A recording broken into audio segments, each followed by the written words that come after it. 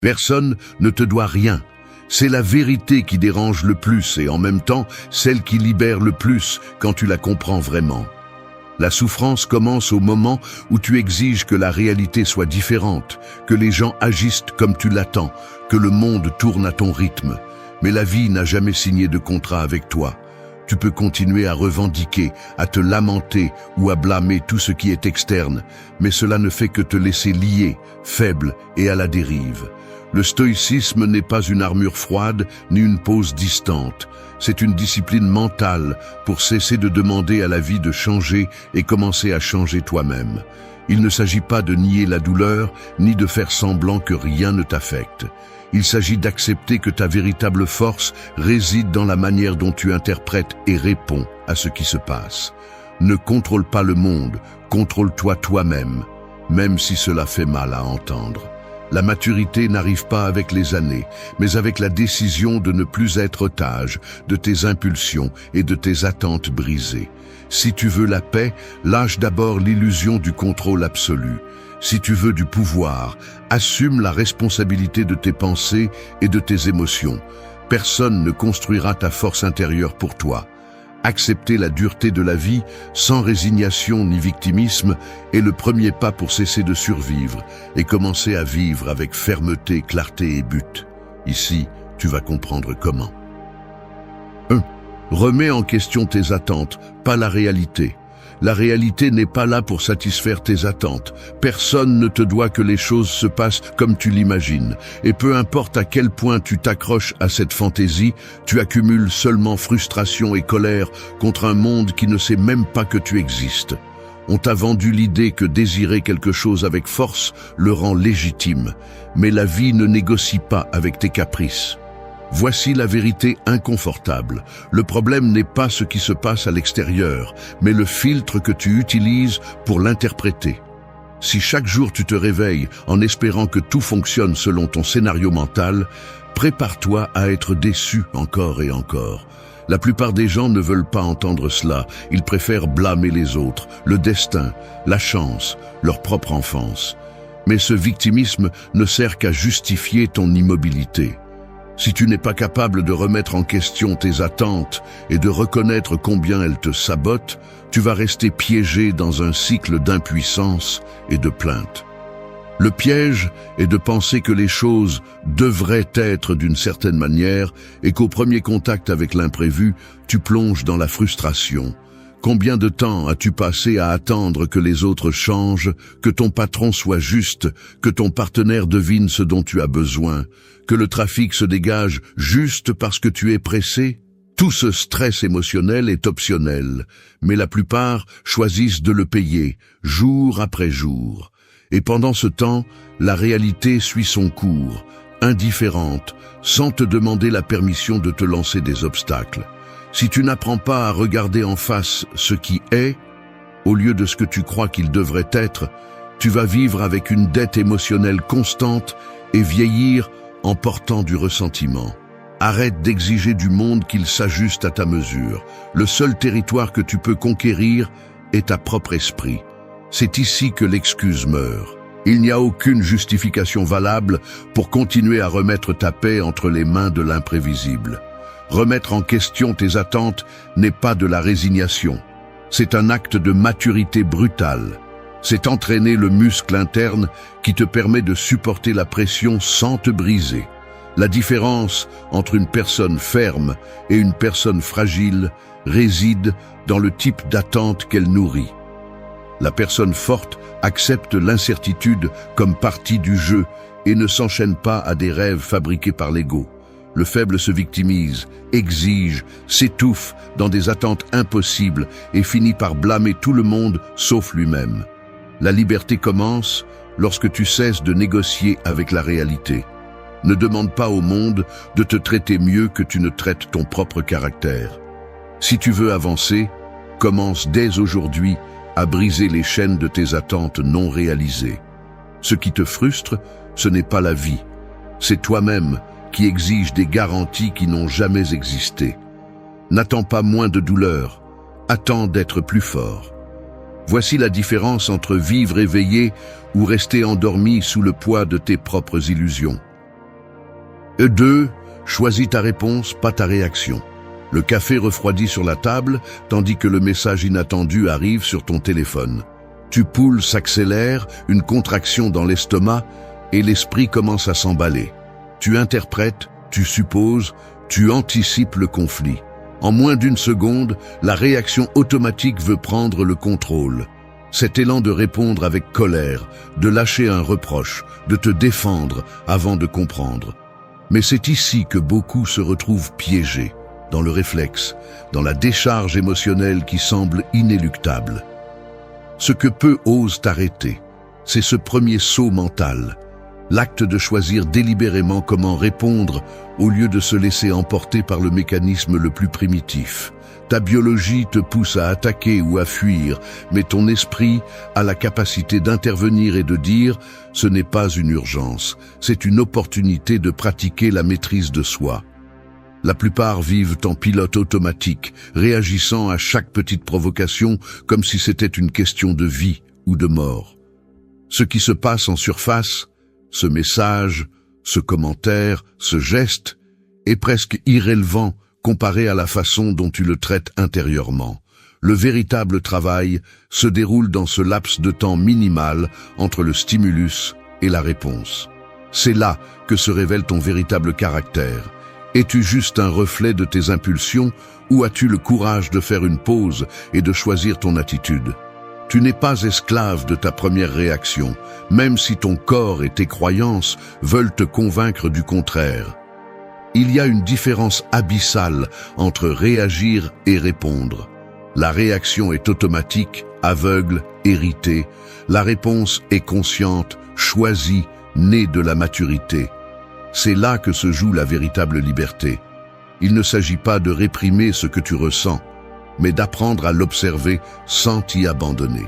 Tu peux remarquer la colère, la déception, la peur, et pourtant agir depuis la tempérance. Chaque fois que tu choisis comment répondre, tu entraînes ton esprit et renforces ce muscle invisible qui soutient ta paix intérieure. Ce n'est pas facile, mais chaque décision consciente est un investissement qui s'accumule, créant une base de plus en plus solide. Personne ne gagne rien en laissant les émotions prendre le gouvernail chaque fois que la réalité devient inconfortable. Tu souffres moins lorsque tu cesses d'être réactif. Tu souffres moins lorsque tu te donnes le droit de choisir. Tu n'es pas le produit de ce qui se passe, mais de la façon dont tu décides de le gérer. C'est l'une des vérités les plus inconfortables, mais aussi la plus libératrice. Choisir ta réponse est ton véritable pouvoir. Ne le donne à personne. 3. Concentre ton énergie sur ce qui dépend de toi. Je vais admettre quelque chose d'inconfortable. Une partie de moi a gaspillé des années à lutter contre des moulins invisibles, obsédé par l'idée de réparer tout ce qui est hors de ma portée. J'ai perdu des heures à ruminer les réactions des autres, les décisions qu'ils ont déjà prises sans me consulter, les scénarios qui n'ont jamais dépendu de ma volonté. C'est comme avoir une fuite constante d'énergie, une sorte de trou au fond du réservoir émotionnel. Le résultat est l'épuisement et une frustration sourde, car peu importe combien tu insistes, rien de tout cela ne change simplement à cause de ton anxiété ou de tes bonnes intentions. Si tu t'arrêtes pour observer avec honnêteté, tu te rends compte de l'absurde. Chaque minute que tu passes à essayer de contrôler ce qui est extérieur est une minute de moins que tu as pour renforcer ce qui est réellement entre tes mains. C'est ici que la pensée stoïque devient brutalement pragmatique. Divise ta réalité en deux, ce que tu peux influencer et ce qui, peu importe tes efforts, échappera toujours à ton contrôle. C'est un filtre mental qui semble simple, mais c'est l'un des exercices psychologiques les plus difficiles à maintenir jour après jour, car l'ego déteste reconnaître des limites et veut toujours avoir le dernier mot. Cependant, chaque fois que tu oublies cette division, tu retombes dans l'auto-tromperie. Tu crois que ton bonheur dépend de l'approbation des autres, des conditions extérieures, du résultat parfait. Tout cela est un terrain glissant. Tu ne peux pas décider qui t'évalue. Tu ne peux pas empêcher la vie d'être chaotique. Tu ne peux pas dicter le scénario des autres. Tu peux seulement gouverner tes pensées, tes actions et ton attitude. Le reste est hors de ta juridiction. La distinction est claire. Si tu investis ton énergie dans ce qui ne dépend pas de toi, tu paies le prix avec de l'anxiété, du ressentiment et un sentiment constant d'impuissance. Mais lorsque tu concentres ton attention sur ton propre domaine, sur ce que tu penses, sur la façon dont tu réagis, sur le type d'habitude que tu choisis de cultiver, tu commences à reprendre le contrôle réel. C'est une sorte d'économie émotionnelle. Chaque fois que tu dépenses des ressources pour ce qui est extérieur, tu t'appauvris de l'intérieur. Chaque fois que tu les investis en toi-même, tu te renforces. Voici une phrase à tatouer dans ta mémoire. Ne gaspille pas ta paix en voulant résoudre ce qui est irrésoluble. Chaque jour est une décision. Soit tu mets ton énergie dans ce qui dépend de toi, soit tu la donnes à des problèmes qui n'ont jamais été les tiens. La maturité commence lorsque tu cesses de te battre pour des batailles qui ne te concernent pas. Tu deviens plus sélectif avec tes préoccupations et tes efforts. Tu apprends à accepter que, même si tu ne peux pas contrôler le monde, tu peux contrôler comment tu te présentes devant lui. C'est la racine de la force personnelle, savoir distinguer où finit ton influence et où commence l'acceptation. Ce que tu décides de faire avec cette frontière est ce qui définit ta paix ou ton épuisement. Ce n'est pas une question d'indifférence, mais d'intelligence psychologique. Si tu veux avancer, cesse de négocier avec l'extérieur et transforme ta vie intérieure en ton véritable territoire. Le véritable pouvoir est de choisir où tu investis ton énergie. 4. Prends la responsabilité de ton état intérieur. La scène est celle d'une balance posée sur ta poitrine, invisible mais implacable. D'un côté tombent tes émotions, tes pensées dispersées, de l'autre tes excuses et la tentation de blâmer le reste du monde. Chaque jour, dans chaque geste, la balance s'incline un peu plus, et bien que personne ne puisse la voir, le poids se ressent dans la posture de tes épaules, dans le regard qui évite le miroir, dans la tension qui s'installe dans la mâchoire. Il n'y a ni vent ni force externe qui incline cette balance pour toi.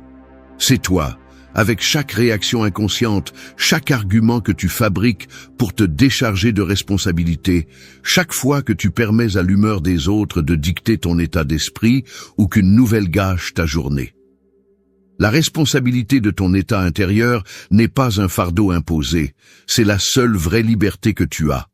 L'ignorer te laisse à la merci du hasard et des impulsions des autres, comme si tu vivais ta vie avec le frein à main tiré et que tu te plaignais ensuite de ne pas avancer. Observe comment cela se manifeste. Tu marches dans la rue et quelqu'un te lance un regard mauvais. Ta réaction jaillit sur ta peau, dans les poings qui se serrent, dans la respiration qui se raccourcit. Au fond, tu aimerais que le monde soit aimable, juste, prévisible, mais la réalité ne va pas s'ajuster pour que tu te sentes à l'aise.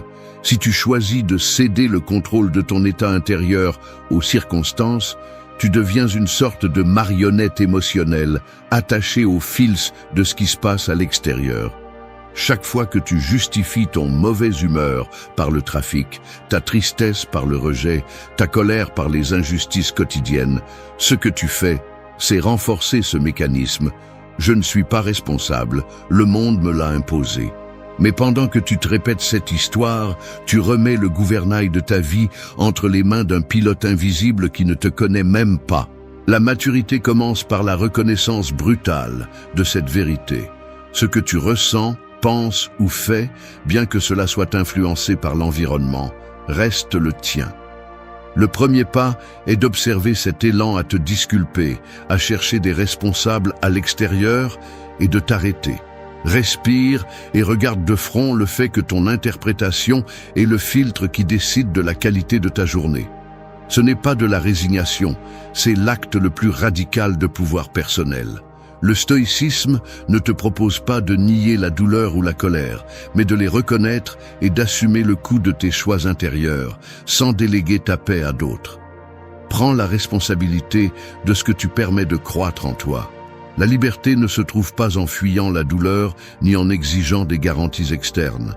La liberté réside dans l'acceptation de ta part et dans l'action avec cohérence, même si le reste du monde est un chaos. Toi seul décides quel type de poids tu portes chaque jour. Personne ne peut devenir fort par délégation. 5. Observe et dirige tes pensées chaque jour.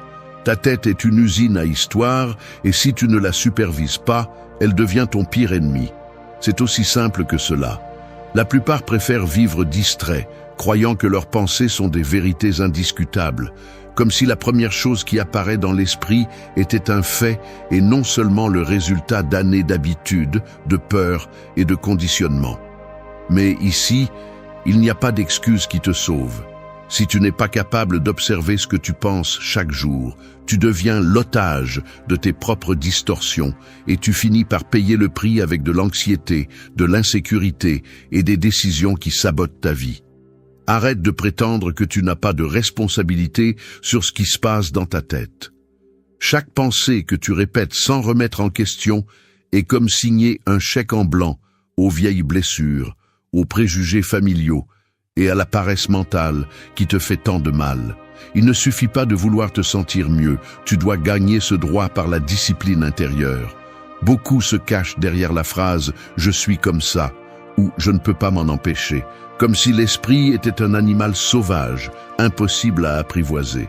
C'est l'excuse parfaite pour ne rien faire et rester piégé dans le même cycle de plaintes, de fantômes et d'autolimitation. La vérité inconfortable est qu'à chaque jour, tu as la possibilité de regarder tes pensées comme un surveillant implacable et de décider lesquelles méritent de l'espace et lesquelles doivent être rejetées. Il ne s'agit pas de réprimer ni de nier ce qui te traverse l'esprit, mais d'observer sans compassion ces histoires automatiques qui ne font qu'alimenter l'insécurité et le ressentiment.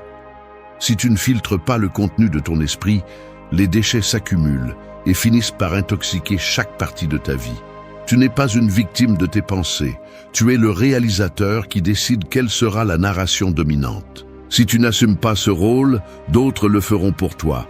La pression sociale, l'habitude, la peur, le discours défaitiste que tu répètes sans t'en rendre compte.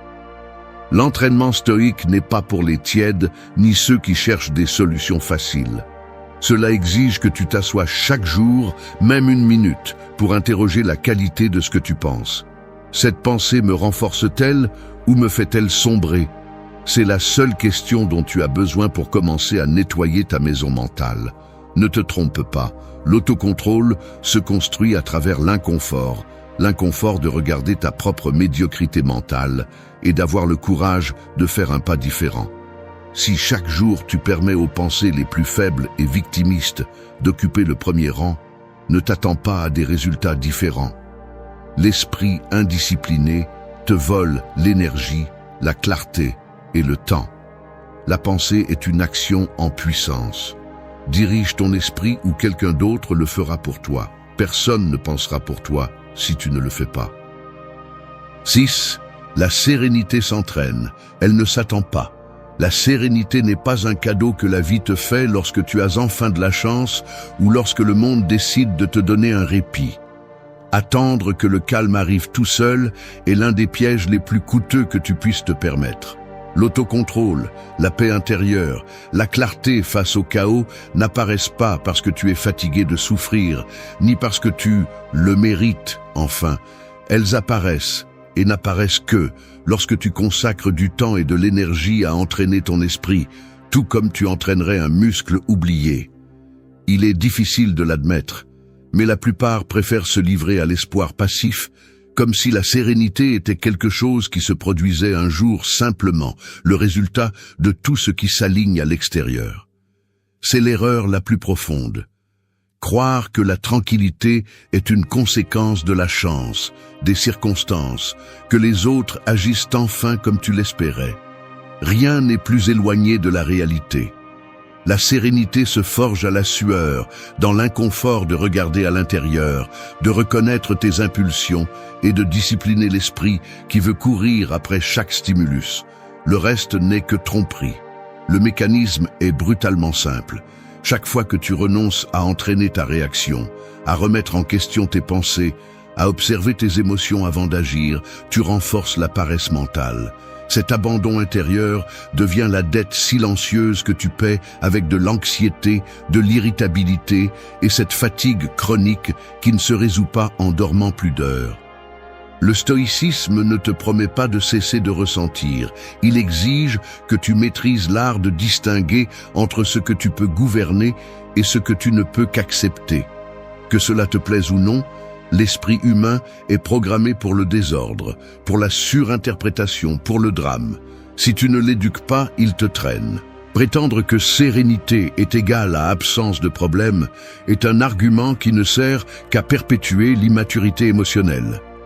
La pratique consiste à détecter le moment où la tension interne commence à s'installer. Cet instant où tu ressens l'impulsion de répondre par une plainte, de la colère ou de la résignation, et à choisir une réponse différente.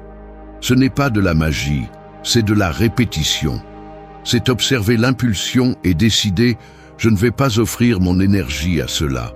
Chaque fois que tu choisis la tempérance, même si c'est difficile, même si la situation ne change pas, tu renforces le muscle de la sérénité. C'est dans cette accumulation de petites décisions que se construit une base interne qui ne vacille pas à chaque secousse externe. Personne ne devient fort en fuyant l'effort. Personne ne devient serein en attendant que l'environnement soit parfait. La tentation de blâmer l'extérieur sera toujours là, mais la véritable maturité commence lorsque tu choisis de cesser de négocier avec l'imprévisible et que tu t'engages à entraîner ton caractère. La sérénité n'est pas passivité, c'est discipline interne. Tu gagnes en paix chaque fois que tu choisis de ne pas réagir par habitude. La tranquillité est une conquête quotidienne, pas une loterie. Attendre la sérénité, c'est perdre du temps. L'entraîner est la seule garantie. 7. Utilise l'adversité comme une opportunité de grandir. Le réveil sonne une demi-heure plus tôt que d'habitude, car l'agenda est serré et la marge d'erreur est minimale. Le café est plus amer que d'habitude. Tu sors de chez toi juste au moment où il commence à pleuvoir. Et cerise sur le gâteau, les transports en commun décident de prendre du retard ce jour-là où tu ne peux pas te permettre d'arriver en retard. Tout semble s'aligner contre toi, une séquence de petites contrariétés qui, cumulées, menacent de ruiner ton moral avant même que la journée ne commence. Ici, à cet instant où l'inconfort s'accumule et où l'irritation pointe le bout de son nez, se joue la différence entre suivre le script automatique de la plainte ou utiliser l'adversité comme un outil pour polir ton caractère. Il ne s'agit pas de romantiser le malaise, ni de faire semblant que tout a un côté positif. Il s'agit de comprendre, sans anesthésie, que chaque obstacle révèle l'état réel de ton entraînement mental. La vie ne demande pas si tu es prêt, elle se produit simplement, et chaque fois que quelque chose tourne mal, tu as l'opportunité d'analyser ta réponse avec froideur. Te laisses-tu emporter par la frustration et remets-tu ton énergie à la colère, ou choisis-tu d'utiliser ce contretemps comme une sorte de laboratoire psychologique où se teste la solidité de tes habitudes internes? Le mécanisme est clair. Face à l'adversité, l'esprit cherche des coupables ou des excuses pour justifier le malaise. C'est le chemin le plus facile, celui qui ne nécessite ni effort ni autocritique. Mais c'est justement là que se trouve la marge de croissance. Si chaque contrariété est une menace, tu deviens plus fragile chaque jour. Si chaque contrariété est un signal d'entraînement, alors ta capacité de résistance s'élargit. Le stoïcisme ne propose pas d'ignorer les difficultés, mais de les utiliser comme un miroir qui reflète tes faiblesses et tes angles morts. Chaque événement adverse est un scanner de ta maturité émotionnelle. Quand quelque chose te dérange, tu as la possibilité de t'arrêter, d'identifier le mécanisme mental qui s'active et de te demander avec une brutalité honnête quelle partie de ta réaction dépend de toi et laquelle ne dépend pas de toi. Cette observation honnête est la graine de la croissance. Personne ne devient fort dans le confort. Accepter le défi de l'adversité signifie l'analyser froidement. Que contrôles-tu réellement dans ce scénario ? Où offres-tu de l'énergie par habitude et où peux-tu intervenir? Au lieu d'attendre que l'environnement s'adoucisse, tu deviens un expert dans la régulation de ta propre réponse. C'est le seul véritable avantage que tu as, transformer chaque coup en une micro-leçon sur tes limites et tes ressources. L'adversité est le filtre qui sépare l'attente naïve de la force entraînée. Ce n'est que sous pression que se révèle si tes principes sont des convictions ou de simples discours pour des jours tranquilles. Fais de chaque difficulté une salle d'entraînement mental, pas un motif de plus pour la victimisation. Personne ne grandit en fuyant l'inconfort. Ce qui t'irrite aujourd'hui peut être demain le muscle qui soutient ta tempérance. Utilise l'adversité et ne permets pas qu'elle t'utilise. 8. Ne cherche pas un contrôle externe. Cultive ton autocontrôle. Je vais confesser quelque chose dont je ne suis pas fier. Pendant trop d'années, j'ai confondu la sensation de contrôle avec l'acte réel de contrôler. Je passais des heures à vérifier mon téléphone toutes les quelques minutes, attendant des réponses qui n'arrivaient jamais au moment où je le voulais, analysant le ton d'un message, la pause dans une conversation, comme si je pouvais anticiper et façonner la réaction des autres juste avec mon anxiété. Chaque fois que quelque chose sortait du plan, je ressentais cette tension dans la poitrine, le front plissé, les mains se fermant jusqu'à ce que les articulations me fassent mal. Ce que j'appelais s'inquiéter était en réalité une forme déguisée d'essayer de forcer l'environnement à fonctionner à mon rythme. Une illusion qui ne faisait qu'épuiser mon énergie et me laissait piéger dans un cercle vicieux de déception. Le contrôle externe est addictif, car il te donne la fausse impression que, si tu insistes suffisamment, la réalité va se plier. Mais la réalité, par définition, ne consulte jamais tes désirs avant de changer de direction. Cette obsession de contrôler ce qui se passe à l'extérieur se manifeste dans des gestes minimes. Le mouvement compulsif de mettre à jour un réseau social, le besoin de clarifier des malentendus avant qu'ils n'existent, cette habitude de devancer ce que l'autre va dire juste pour éviter de te sentir vulnérable. C'est une usure silencieuse qui se filtre dans la façon dont tu marches, dans la manière dont tu t'assois en réunion, toujours tendu, toujours alerte. Tu cherches des garanties dans le comportement des autres, dans les conditions de circulation, dans le climat du bureau, comme si en ayant tout sous surveillance, tu pouvais maintenir intacte ta calme. Mais cette calme est aussi fragile que le fil qui la soutient. Il suffit d'un imprévu, d'un commentaire déplacé, d'une pluie inattendue pour que toute cette architecture mentale s'effondre et que tu te retrouves nu face à tes propres limites. Contrôle ce que tu penses, pas ce qui se passe. C'est la ligne que tu ne dois jamais oublier. Le véritable autocontrôle n'a rien à voir avec la répression des émotions ou le fait de feindre l'indifférence. C'est apprendre à reconnaître l'impulsion d'intervenir là où tu n'as pas de pouvoir et à la lâcher avec la même fermeté avec laquelle tu tiens tes principes. La différence se ressent dans la respiration. Tu passes d'un rythme saccadé et anxieux à une respiration plus profonde, plus présente. Le muscle de l'autocontrôle se renforce chaque fois que tu choisis de ne pas intervenir dans la vie de l'autre, chaque fois que tu acceptes l'incertitude comme partie du marché et que tu te concentres sur ton propre comportement, sur ta prochaine action, sur le geste que tu peux gouverner. Personne ne gagne rien à essayer de tirer les ficelles de ce qui est hors de sa portée. La seule chose que tu peux affiner, c'est ton caractère. L'autocontrôle est la victoire invisible qui soutient toutes les autres. Si tu cherches la paix, commence par cesser de surveiller le monde et commence à te surveiller toi-même. 9. Sois cohérent avec toi-même, même sous pression. Tu n'es pas un caméléon qui doit changer de couleur chaque fois que la pression monte et que l'environnement essaie de te pousser hors de ton centre. Si ta cohérence dépend du climat, de l'humeur des autres ou de ce qui t'arrange sur le moment, alors ta parole et tes principes valent moins qu'une monnaie fausse. Il y a ceux qui passent leur vie à ajuster leur discours, montrant une version différente selon le public, trahissant leurs propres valeurs dès qu'ils sentent l'inconfort pointer.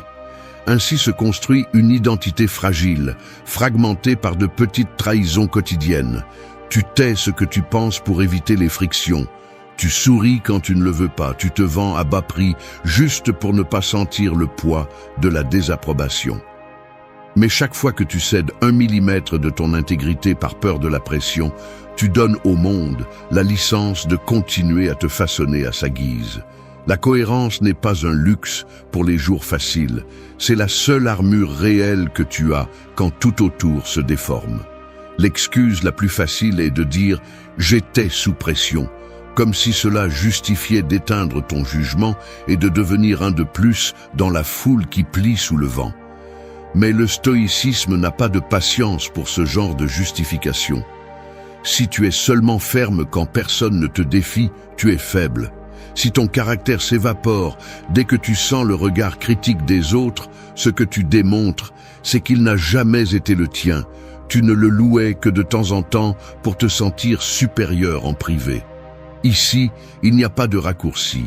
La cohérence se teste justement quand ça fait le plus mal, quand il semble que le coût de rester fidèle à soi-même est de perdre quelque chose à l'extérieur. C'est là que se séparent ceux qui agissent par conviction de ceux qui cherchent seulement l'approbation. Ne vends pas ton jugement pour un instant de confort. Cette phrase, tu devrais te la tatouer dans la mémoire.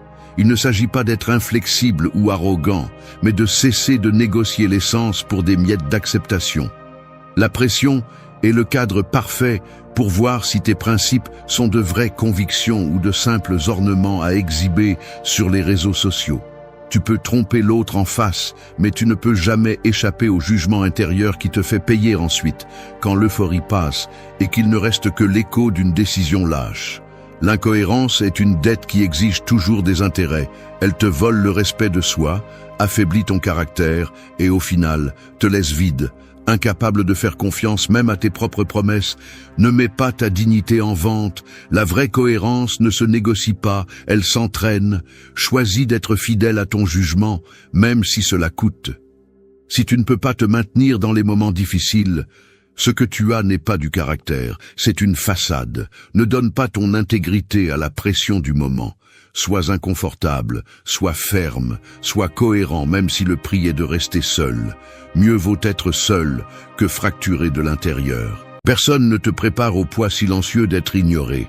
Il n'existe pas de manuel pour ce moment où tes mots tombent dans le vide et où l'absence de l'autre devient un mécanisme qui défie ta stabilité. Quand quelqu'un s'éloigne ou t'exclut, l'esprit s'active comme une machine implacable qui cherche des explications, fabrique des scénarios et multiplie le coût psychologique de chaque seconde d'attente. Il est inconfortable de le reconnaître, mais une grande partie de la douleur n'est pas réelle. C'est une fabrication interne, le résultat de laisser les autres contrôler ton équilibre. C'est ici que le stoïcisme cesse d'être une théorie et devient un entraînement pratique. Il ne s'agit pas de se durcir ni d'agir comme si rien n'importait, mais de choisir consciemment où tu mets ton attention et à quoi tu donnes du pouvoir. Tu peux tomber dans le piège de la réaction impulsive, répondre avec une fierté blessée ou céder à la tentation de chercher une validation là où il n'y en a plus. Mais tu peux aussi opter pour la discipline émotionnelle et la clarté.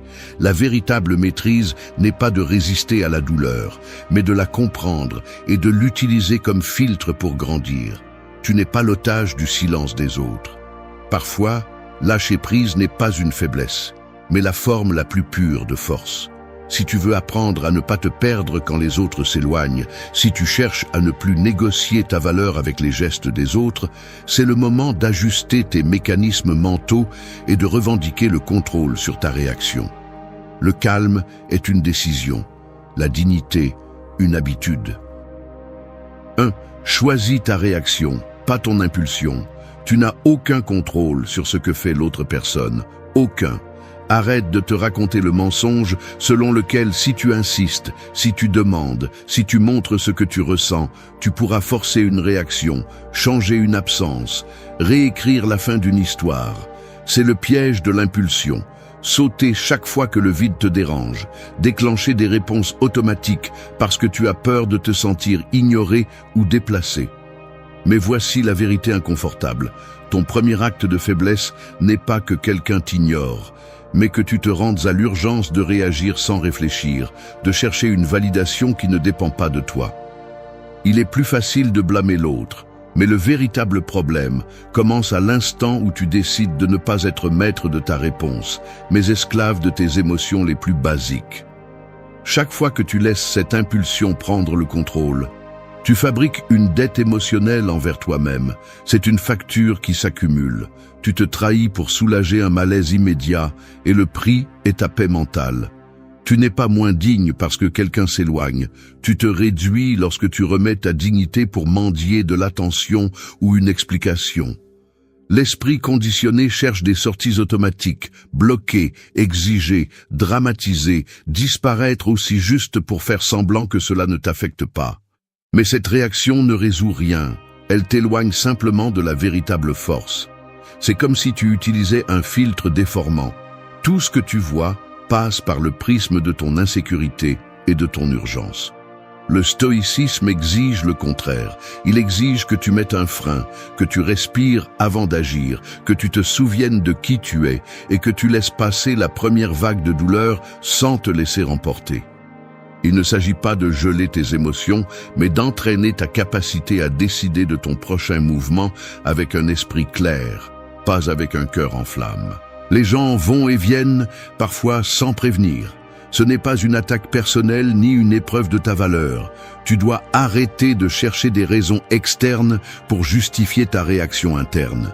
L'impulsion est confortable, elle te permet de décharger la tension en quelques secondes, mais elle te condamne à vivre de manière réactive, à la merci de n'importe quel silence ou absence. Tu choisis ta réaction ou tu te contentes d'être une marionnette de tes états émotionnels. Il n'y a pas de juste milieu. N'attends pas que l'autocontrôle surgisse de nulle part. Il se forge à travers des décisions inconfortables, en te maintenant dans cet espace où l'incertitude brûle. Et pourtant, tu ne cours pas éteindre le feu avec des actes désespérés. La prochaine fois que tu ressentiras la tentation d'envoyer ce message impulsif, de chercher une réaction rapide pour te sentir vivant à nouveau, souviens-toi de ceci. Ne pas répondre est aussi une réponse. Le silence peut être ton allié si tu l'utilises comme un espace pour retrouver ton centre, pas comme une punition ou une stratégie. Maîtriser ta réaction est un acte de respect de soi, pas un jeu de pouvoir. La tranquillité ne vient pas du contrôle de l'autre, elle vient de ne pas te perdre lorsque les choses ne se passent pas comme tu le souhaites. Tu choisis le calme ou tu choisis le chaos, jamais les deux. C'est la différence entre quelqu'un qui survit et quelqu'un qui se renforce. N'attends pas que les autres changent pour trouver la paix. Choisis de répondre avec maturité, même si la situation ne le mérite pas. Tu n'as rien à prouver à celui qui s'en va. Tu dois te prouver à toi-même que ta valeur et ta dignité ne dépendent pas de la réaction d'un autre, mais de ta décision de ne pas te trahir. C'est ici que commence le véritable autocontrôle. Quand tu cesses d'être victime de ton impulsion et que tu décides d'être responsable de ta réaction. 2. Ta valeur ne dépend pas des autres. Tu te réveilles, tu consultes ton téléphone presque par réflexe, et là, c'est là, cette conversation qui n'avance pas, ce message qui reste sans réponse, cette absence qui pèse sur ta poitrine même si tu essaies de ne pas y prêter attention.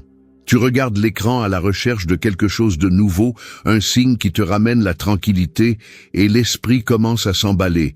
Ai-je fait quelque chose de mal? Aurais-je dû dire autre chose? Pourquoi ne répond-il pas? C'est presque automatique, l'urgence d'interpréter le silence comme un jugement sur ta valeur apparaît. Et juste là, sans t'en rendre compte, tu commences à te donner à l'opinion d'un autre, remettant ton estime de soi au gré de ses messages, de ses délais et de ses décisions.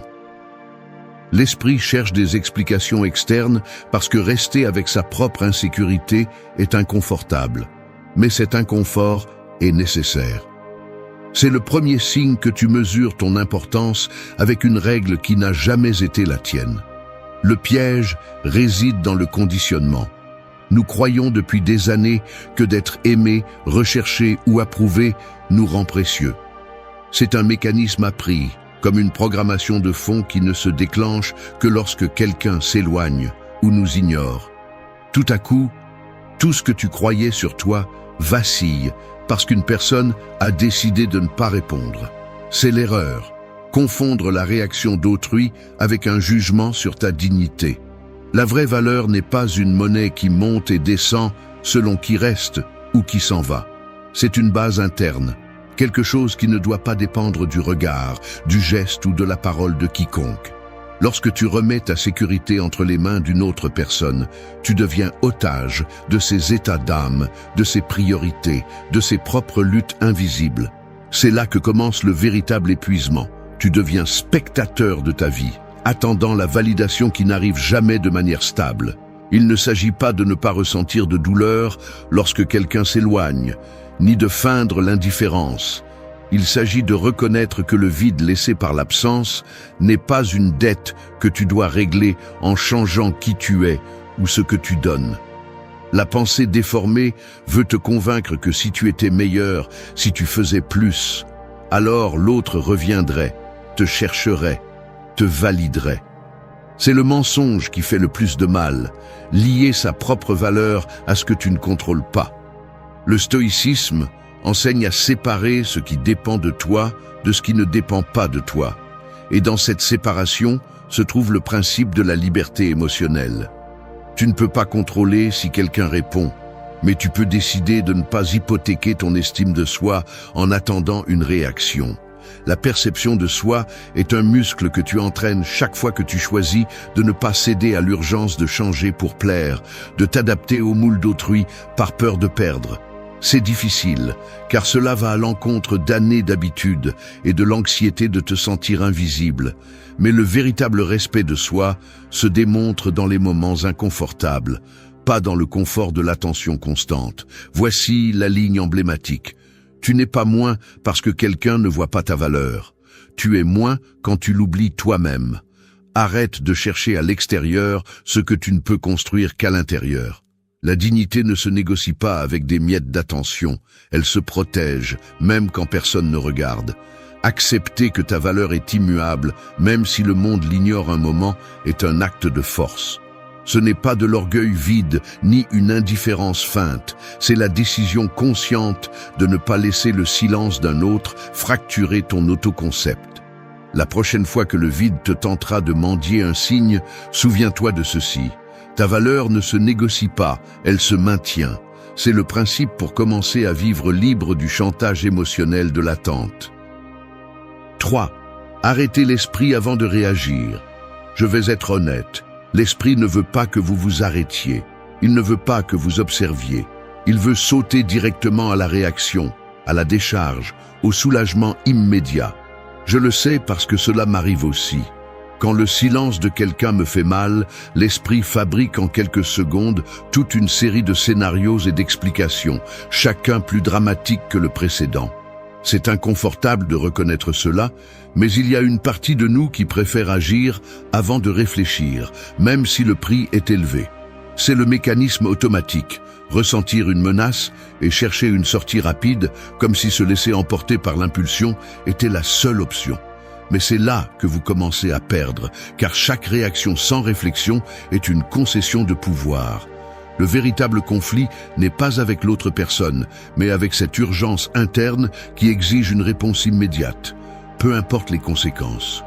Si vous décomposez le processus, vous réalisez comment fonctionne le piège. Face au vide, l'esprit cherche un sens, et presque toujours, il le trouve contre vous. Vous pouvez sentir le poids de l'attente, l'anxiété qui monte comme une pression dans la poitrine, et la pensée s'accélère. Il faut faire quelque chose, n'importe quoi, pour ne pas rester immobile. Mais cette hâte est en réalité la peur de ce que vous pourriez découvrir si vous vous arrêtez. Il est plus facile d'agir que d'affronter le fait que vous n'avez pas le contrôle, que le silence n'est pas de votre faute, que l'absence ne définit pas votre valeur.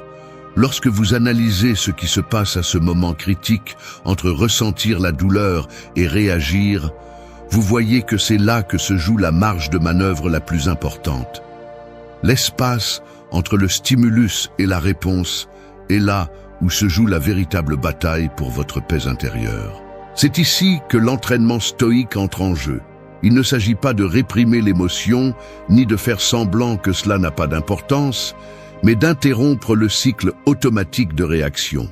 C'est un exercice mental, presque chirurgical. Remarquez l'impulsion, l'identifier, la remettre en question. Avez-vous vraiment besoin de répondre maintenant? Ou pouvez-vous vous permettre quelques minutes ou quelques heures pour laisser la température redescendre? C'est seulement là que vous commencez à retrouver votre capacité stratégique, car l'autocontrôle n'est pas un don, c'est une pratique délibérée. Chaque fois que vous choisissez d'attendre avant de répondre, chaque fois que vous respirez et retardez la réaction, vous renforcez le muscle de la volonté. L'esprit suggère que vous allez perdre quelque chose si vous n'agissez pas tout de suite, mais l'expérience montre le contraire. Ce que vous perdez réellement, c'est votre centre lorsque vous vous laissez emporter par l'urgence. La conséquence de ne pas vous arrêter est prévisible.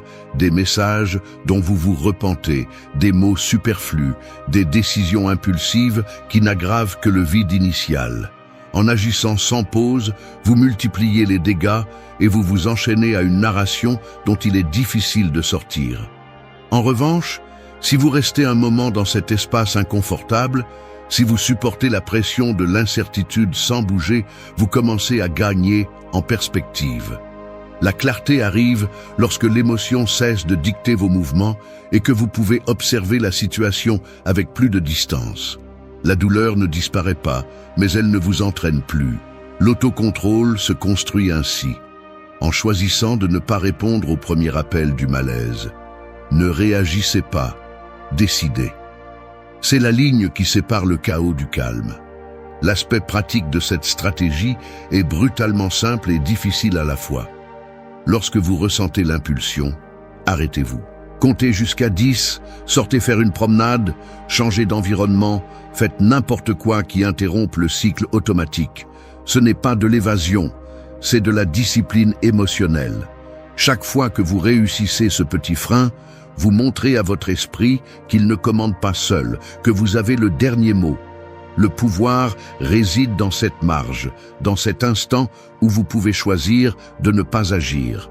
Celui qui maîtrise cette seconde maîtrise le résultat. La réaction rapide est presque toujours la réaction erronée. C'est ainsi que se forge le caractère, dans les secondes où vous décidez d'attendre et de réfléchir avant de bouger. La clé est de comprendre que votre dignité ne dépend pas de la rapidité de votre réponse, mais de la qualité de votre décision. 4. Utilisez le silence pour grandir. Parfois, le silence ressemble à une pièce blanche et vide, sans fenêtre, sans horloge, juste vous et l'écho sourd de vos propres pensées. Il n'y a rien à regarder, sauf ce vide qui défie votre patience et expose l'inconfort de ne pas avoir de réponse. La tentation est de remplir cet espace à tout prix, avec des mots, avec des actions, avec des tentatives maladroites de forcer une réaction. Mais voici la leçon que personne ne veut entendre. Le silence n'est pas une cellule, c'est une salle de sport brutale pour l'esprit. Chaque seconde dans cet espace devient un poids invisible. Vous pouvez sentir la tension dans vos épaules, la pression dans votre poitrine, l'envie de fuir vers la réaction la plus facile. La véritable croissance commence lorsque vous décidez de rester. Pas en attendant un signe salvateur, mais en utilisant cet espace pour vous regarder vous-même sans distraction, sans excuse. S'observer dans le silence est inconfortable, car cela vous oblige à affronter ce que vous cachez normalement derrière le bruit. Vos insécurités, vos attentes non satisfaites, votre besoin de contrôle. Il y a un geste presque automatique chez la plupart. Regardez l'écran en espérant que quelque chose change, ajuster le téléphone entre les mains, faire des allers-retours dans la pièce, chercher n'importe quoi qui interrompe le vide. Mais si vous parvenez à tenir dans cet inconfort, vous commencez à écouter ce qui se passe vraiment en vous. Le silence est un miroir sans distorsion. Il n'y a pas de filtre ni de versions éditées, juste la matière première de vos émotions non traitées. Il vous oblige à reconnaître d'où vous agissez. Est-ce un besoin d'approbation, une peur de la solitude, une colère de vous sentir déplacé? La croissance se produit lorsque vous arrêtez de cacher ces sentiments et choisissez de les comprendre. Dans la pratique, utiliser le silence pour grandir signifie changer l'angle de la question. Il ne s'agit pas de pourquoi ne répond-il pas, mais de que puis-je découvrir ici que je ne veux pas voir. Le stoïcisme ne propose pas de devenir de pierre. Il vous demande d'utiliser l'absence de l'autre comme un espace fertile pour entraîner l'autocontrôle, pour renforcer le muscle de la patience, pour analyser vos schémas de réaction avec une honnêteté qui dérange. Chaque fois que vous supportez l'attente sans agir par impulsion, vous renforcez l'idée que vous ne dépendez pas de la validation externe pour vous sentir complet. C'est un travail interne, presque artisanal. Vous polissez les arêtes de votre caractère dans la friction de l'incertitude. Il y a un type de clarté qui n'arrive que lorsque vous cessez de saturer le moment avec vos tentatives de contrôle.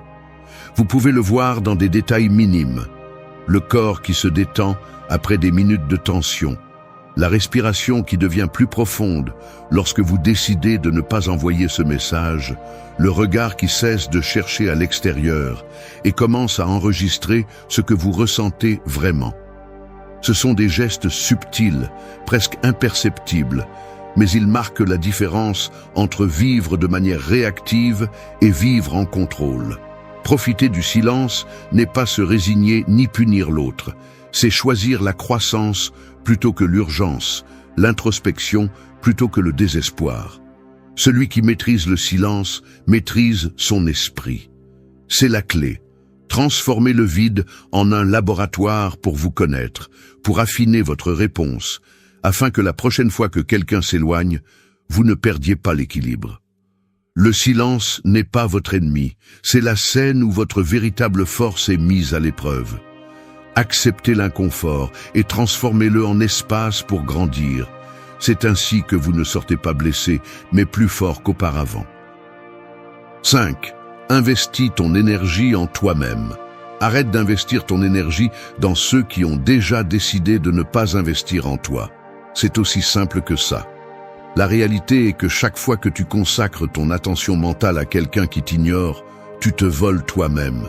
Ce n'est pas l'autre qui te prend quoi que ce soit, c'est toi, avec ton obsession, avec ton besoin d'être validé par une réaction extérieure, qui te dépouille jour après jour. Penses-tu vraiment que répéter les mêmes pensées, vérifier le chat en espérant un miracle ou imaginer des dizaines de scénarios va changer quelque chose?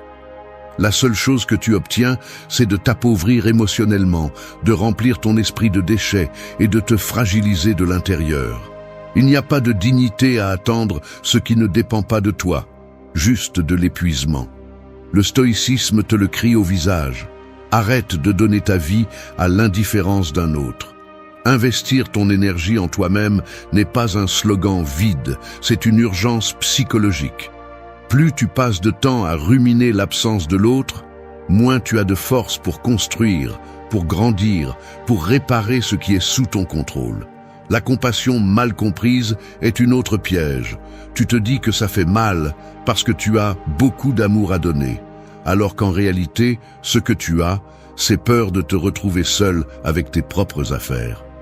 Il est plus facile de s'obséder pour l'autre que de faire face à ton propre vide. Mais ainsi, tu n'augmentes que ta dette intérieure, retardant le moment d'affronter ce qui compte vraiment. Que fais-tu pour toi-même ? Personne ne viendra te sauver de ce trou d'autonégation. Soit tu prends les choses en main, soit tu restes piégé dans la misère de l'attente éternelle. L'énergie mentale est limitée.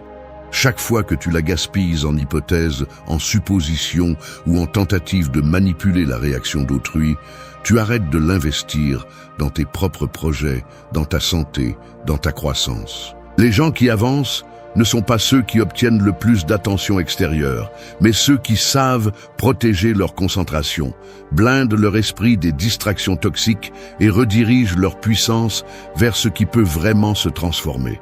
Je te le répète, car je ne veux pas que tu te trompes. Donner du pouvoir à l'absence de quelqu'un est le pire investissement émotionnel que tu puisses faire. Tu ne récupères rien en attendant. Tu perds seulement du temps et de l'énergie que tu pourrais utiliser pour devenir une version de toi qui ne dépend du regard de personne. As-tu du mal à te lever parce que tu attends toujours un message? Parfait. Voilà la preuve que tu dois changer d'investissement. Utilise cette même ténacité que tu dépenses à vérifier ton téléphone pour construire quelque chose de réel. Améliore ton corps, lis, apprends, organise ta vie, fais le travail inconfortable de te regarder à l'intérieur et de nettoyer les blessures que tu traînes. Chaque minute que tu choisis de te donner l'attention que tu mendiais à l'extérieur est un coup direct à la dépendance. Personne ne te respectera plus que tu ne te respectes. Personne ne valorisera ta présence si tu l'offres toi-même comme une remise à la première absence. Le stoïcisme n'est pas résignation, c'est action lucide. Il te rappelle que ce que tu sèmes dans ton esprit grandit. Et si tu ne sèmes que le manque, c'est tout ce que tu récolteras. Je te le dis sans fioriture, arrête d'attendre que la présence de quelqu'un te rende ce que tu ne peux construire qu'en cultivant ta propre valeur. Arrête d'utiliser ta douleur comme excuse pour rester dans la passivité. Investis ton énergie en toi, non par fierté, mais par survie. Celui qui se néglige en cherchant à l'extérieur se perd à l'intérieur. C'est la vérité que personne ne veut regarder en face. Ne te plains pas ensuite de la solitude si c'est toi qui as d'abord abandonné ta propre compagnie. Commence aujourd'hui, pas demain. Transforme l'obsession en discipline, le vide en construction. Personne ne va te remplir si tu continues à laisser des trous à l'intérieur de toi. La force ne se mendie pas, elle se cultive. Fais-toi ton meilleur investissement. 6. Réponds avec calme, pas avec fierté. Ne te méprends pas. Répondre avec fierté ne te rend pas fort. Cela te rend prisonnier de ton insécurité. La réaction hautaine, cet élan de rendre le coup, de prouver que tu n'as besoin de personne non plus, n'est qu'un masque maladroit pour ne pas faire face à la véritable blessure. La fierté déguisée en intégrité est en réalité de la peur. Peur d'être vu comme vulnérable. Peur d'accepter que le silence ou le mépris t'ont blessé. L'esprit veut te protéger et te vend l'idée que si tu réponds avec froideur ou indifférence, tu conserves le pouvoir. Mais ce que tu conserves, c'est le poids inutile d'une guerre intérieure.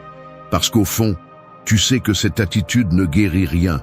Elle ne fait que retarder la douleur et la transforme en ressentiment, une facture mentale qui, à long terme, finit toujours par te coûter cher.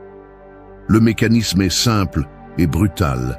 Face à l'absence, l'esprit cherche à restaurer l'équilibre et la première chose qu'il trouve est le faux soulagement de la fierté. Je ne suis pas affecté, je m'en fiche. Je vais prouver que je peux vivre sans cette personne. Mais cette narration n'est rien d'autre qu'une réaction défensive face à la peur d'être exposé. Quand le silence de l'autre te blesse, la fierté propose une sortie rapide. Répondre avec un commentaire cinglant, bloquer, ignorer ou effacer la conversation. Tu crois que cela te permet de reprendre le contrôle, mais en réalité, tu réaffirmes seulement ta dépendance émotionnelle, car ton action est toujours dictée par la blessure, pas par la clarté.